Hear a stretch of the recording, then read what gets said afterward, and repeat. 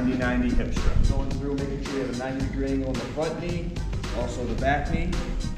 Driving both feet and knees into the floor, giving a nice active core.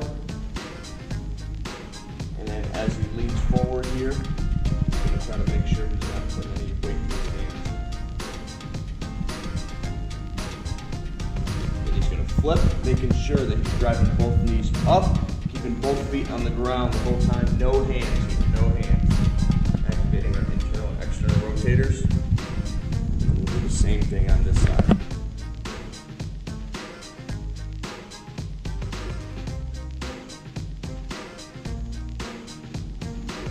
Our heel sit exercise. So Zach's going to be sitting up nice and tall, sitting back on his laces. So his laces are flat on the ground, sitting on his heels, sitting up nice and tall, getting some good plantar flexion as well as a little bit of a quad stretch as he's leaning back.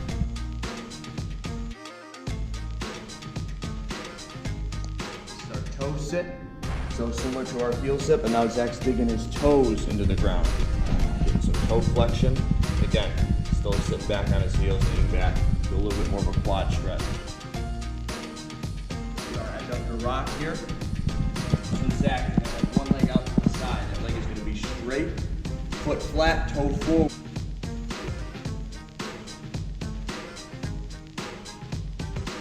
He has his laces flat, so we get a little greater range of motion. And all he's going to do is literally rock back onto his heel and back up. Making sure he's keeping his chest up the whole time. So we're getting some glute activation on the down leg side, and that upper stretch, that extended leg. Our Spider-Man stretch. So Zach's going to start in a plank. He's going to open up towards that front knee. He's going to open up, look at the ceiling, reach across. Then he's going to reach down underneath, thread the needle underneath his arm, reaching as far as he can that way, and then back up to the ceiling again, making sure he's opening up his chest, looking at his hand. Key here is his back knee is off the ground. I'm going to rotate. Our E-stance T-spine rotation. Legs are going to be a little bit wider than shoulder width apart, toes facing forward, both heels on the ground. Reach down, you can either get palms to the ground or fingertips based on your mobility. Then with here, what we're going to do is rotate slowly up towards the ceiling. Alternate, slow.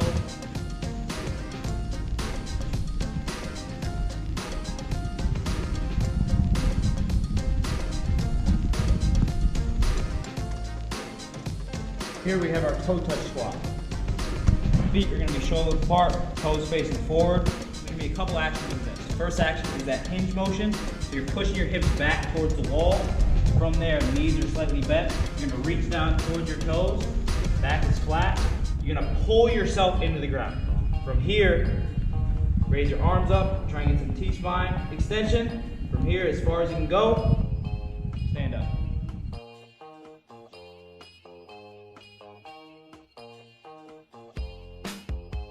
Low back pressed against the floor here.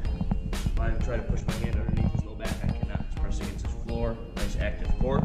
Make a field goal with his hands.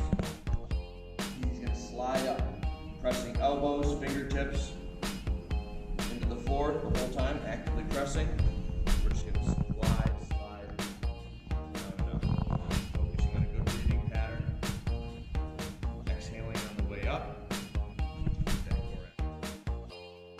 Our hip lifts or glute bridges. We're going to start with 2 legs down, pressing our heels into the floor, toes are up. And all we're going to do is activate our glutes, lift our hips up, squeezing our glutes, making a straight line from our knees to our shoulders. Pausing at the top.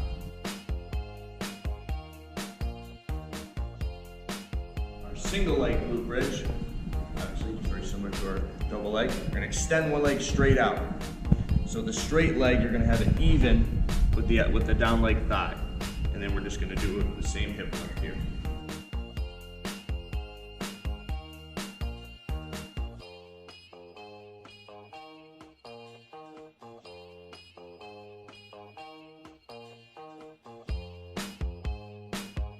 With the leg lowers, Zach will have his legs completely extended here.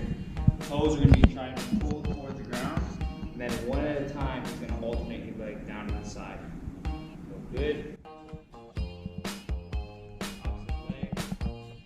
Doing with this is try and keep the low back pressed to the floor. Do 3 each side here.